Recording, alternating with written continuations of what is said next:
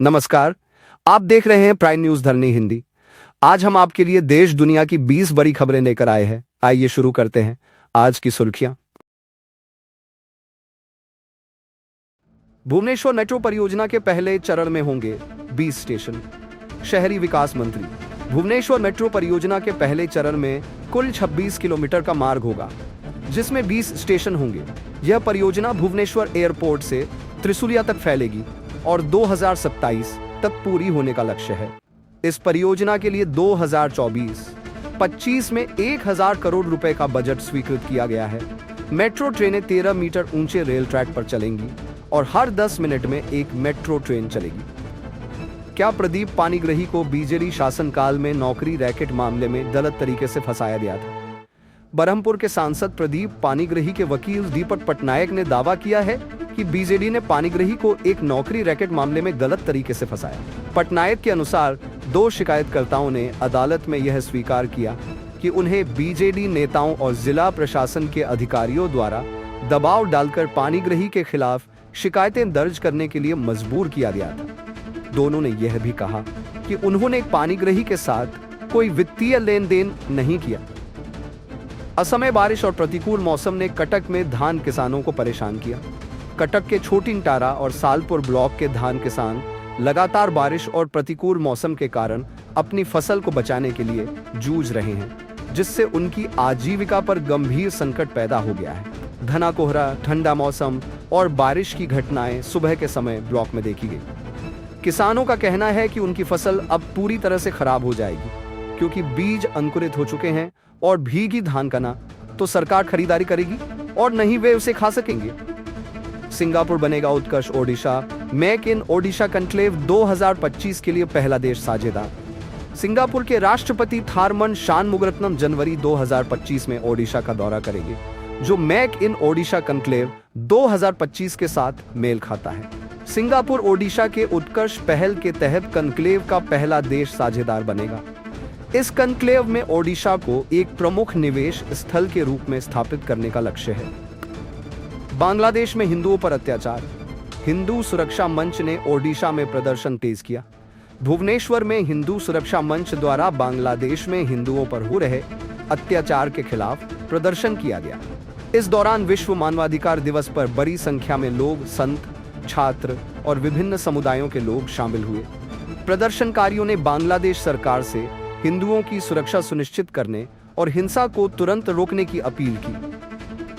ओडिशा सरकार भुवनेश्वर में जल्द शुरू करेगी डबल डेकर इलेक्ट्रिक बसें। ओडिशा सरकार भुवनेश्वर में डबल डेकर इलेक्ट्रिक बसों का संचालन करने जा रही है। राजधानी क्षेत्र शहरी परिवहन क्रू 2 ने इस संबंध में निजी संगठनों से निविदा आमंत्रित की है। पहले चरण में खोर्धा, पुरी और कटक जिलों के लिए 5 बसें लॉन्च की जाएंगी। 10 साल के अनुबंध में बसों की आपूर्ति, संचालन, रखरखाव और कर्मियों की नियुक्ति शामिल होगी। क्रट का उद्देश्य हरित ऊर्जा का उपयोग करते हुए स्वच्छ और हरित साझा गतिशीलता को बढ़ावा देना है। पारादीप में फंसे 78 बांग्लादेशी मछुआरे भारतीय समुद्र सीमा का उल्लंघन कर पहुंचे। भारत बांग्लादेश संबंधों में खटास के बावजूद 78 बांग्लादेशी मछुआरे पारादीप में फंसे हुए हैं। ये मछुआरे भारतीय समुद्र सीमा का उल्लंघन कर पहुंचने का संदेह है। भारतीय तट रक्षक बल ने इन्हें पकड़ लिया और समुद्र थाना पुलिस को सौंपने की तैयारी की जा रही। नहीं मिली बीज, नाराज हुए किसान। नवरंगपुर जिले के पापड़ाहांडी ब्लॉक के न्यूकोट पंचायत कार्यालय में सोमवार को किसानों को चना बांटा गया, लेकिन केवल 10 किसानों को ही वितरण किया गया। इससे कई किसान चना पाने से वंचित रह गए और नाराजगी जताई। 60 क्विंटल चना आया था और वितरण की प्रक्रिया में 10 किसानों को ही चना दिया गया। अन्य किसानों ने शीघ्र चना वितरण की मांग की है। पंचायत प्रशासन ने आगामी दिनों में वितरण के और कार्यक्रम करने का वादा किया है। पहली बार उमरकोट ब्लॉक के 2 गांवों में जलाया बिजली बल्ब। उमरकोट ब्लॉक के 2 गांवों में लंबे समय बाद विद्युत कनेक्शन जोड़ा गया है। बकदा पंचायत के गटीगुड़ा और कुपेना गांव में पहले बिजली कनेक्शन नहीं था, जिससे ग्रामीणों को शाम के समय अंधेरे में डिबरी और लंठन लाइट्स पर निर्भर रहना पड़ता था। अब इन गांवों में बिजली आपूर्ति शुरू हो गई है और ग्रामीण खुशी से झूम रहे हैं। इस अवसर पर राज्य के शिक्षा मंत्री नित्यानंद गंड के निर्देशन में बिजली व्यवस्था की शुरुआत की गई। ममता बनर्जी को एनडीए गठबंधन का नेतृत्व करना चाहिए। लालू यादव की मांग से विपक्ष में बहस तेज। आरजेडी प्रमुख लालू यादव ने ममता बनर्जी को एनडीए गठबंधन का नेतृत्व सौंपने का समर्थन किया। कांग्रेस की आपत्तियों को खारिज करते हुए लालू के इस बयान ने विपक्षी दलों में एकता और विभाजन पर नई बहस छेड़ दी। नैन सेकने जा रहे हैं। नीतीश कुमार की महिला संवाद यात्रा पर लालू यादव का विवादित बयान। आरजेडी प्रमुख लालू यादव ने बिहार सीएम नीतीश कुमार की महिला संवाद यात्रा पर आपत्तिजनक टिप्पणी की, जिससे राजनीतिक विवाद गहराया। डिप्टी सीएम विजय सिन्हा और सम्राट चौधरी समेत कई नेताओं ने इसे बिहार की गरिमा पर हमला बताते हुए कड़ी आलोचना की और माफी की मांग की। मुंबई बेस्ट बस हादसा, 7 की मौत, कई गंभीर, अनुभवहीन ड्राइवर पुलिस हिरासत में। मुंबई के कुर्ला पश्चिम में हुए बेस्ट बस हादसे में 7 लोगों की मौत हो गई और 42 घायल हुए। ड्राइवर संजय मोरे, जिन्हें एवी चलाने का अनुभव नहीं था, पुलिस हिरासत में है। बेस्ट ने दुर्घटना की जांच के लिए समिति गठित की और मृतकों के परिवारों को 2 लाख रुपए मुआवजा देने की घोषणा की। पूर्व मुख्यमंत्री एस.एम. कृष्णा का निधन, कर्नाटक में बुधवार को सार्वजनिक अवकाश घोषित। कर्नाटक के पूर्व मुख्यमंत्री एस.एम. कृष्णा के निधन पर राज्य में 3 दिन का शोक और बुधवार को सार्वजनिक अवकाश घोषित किया गया है। अंतिम संस्कार उनके गृहनगर मड्डूर में पूरे राजकीय सम्मान के साथ होगा। पीएम मोदी ने शोक व्यक्त करते हुए उन्हें एक प्रेरणादायक नेता बताया।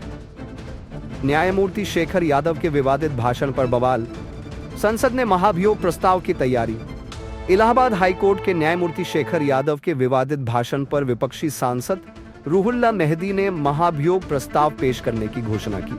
कई संगठनों ने सीजेआई से उनके खिलाफ अनुशासनात्मक कार्रवाई की मांग की, जबकि बीजेपी के विधायक ने उनके बयान का समर्थन किया।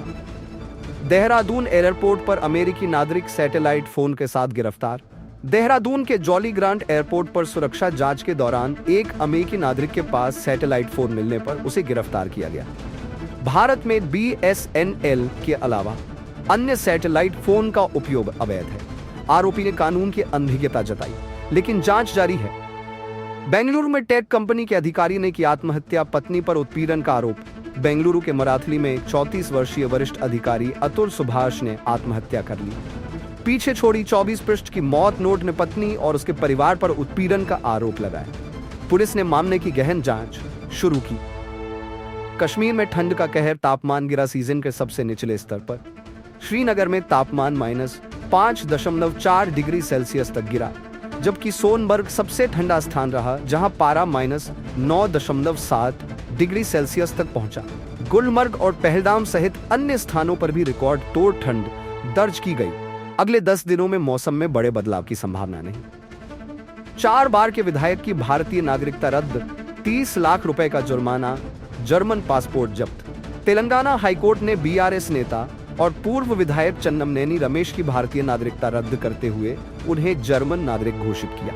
कोर्ट ने रमेश पर नागरिकता छुपाने और अदालत को गुमराह करने के लिए 30 लाख रुपए का जुर्माना लगाया। रमेश ने जर्मन पासपोर्ट रखने के बावजूद 2009 में भारतीय चुनाव लड़ा। मामला कांग्रेस विधायक आदि श्रीनिवास द्वारा दायर याचिका पर आधारित है। ईरान के लिए बड़ा झटका, असद के पतन के बाद खामेनी के साम्राज्य को खतरा। सीरिया में बशर अल असद के शासन के पतन के बाद ईरान के लिए एक बड़ी चुनौती खड़ी हो गई है। इस पतन के बाद ईरान के प्रतिरोध नेटवर्क में दरारें आ गई है, जिससे इजराइल और अमेरिका के प्रभाव का सामना करने में कठिनाई हो रही है। हालांकि ईरान में अभी भी खामेनी के शासन को चुनौती देने वाली ताकतें हैं और इस घटना से बदलाव की संभावनाएं बढ़ी हैं। सीरिया विद्रोह के बाद इजराइल अमेरिका का संयुक्त हमला। सीरिया में स्थिति दिन ब दिन गंभीर होती जा रही है, जहां इजराइल, अमेरिका और तुर्की जैसे देशों के सैन्य गतिविधियों ने संकट को और बढ़ा दिया है। हाल ही में इजराइल की वायुसेना ने सीरिया पर बड़ा हवाई हमला किया, जिसका उद्देश्य सीरिया सेना के हथियारों को नष्ट करना था। इस हमले में रासायनिक हथियार और दूरगामी मिसाइलों को नष्ट करने की योजना थी, जिससे सीरिया में और तनाव बढ़ गया है। तो ये थी आज की 20 अहम खबरें। प्राइम न्यूज धरनी हिंदी के साथ जुड़े रहे। नई खबरों के साथ हम फिर लौटेंगे, तब तक के लिए नमस्कार।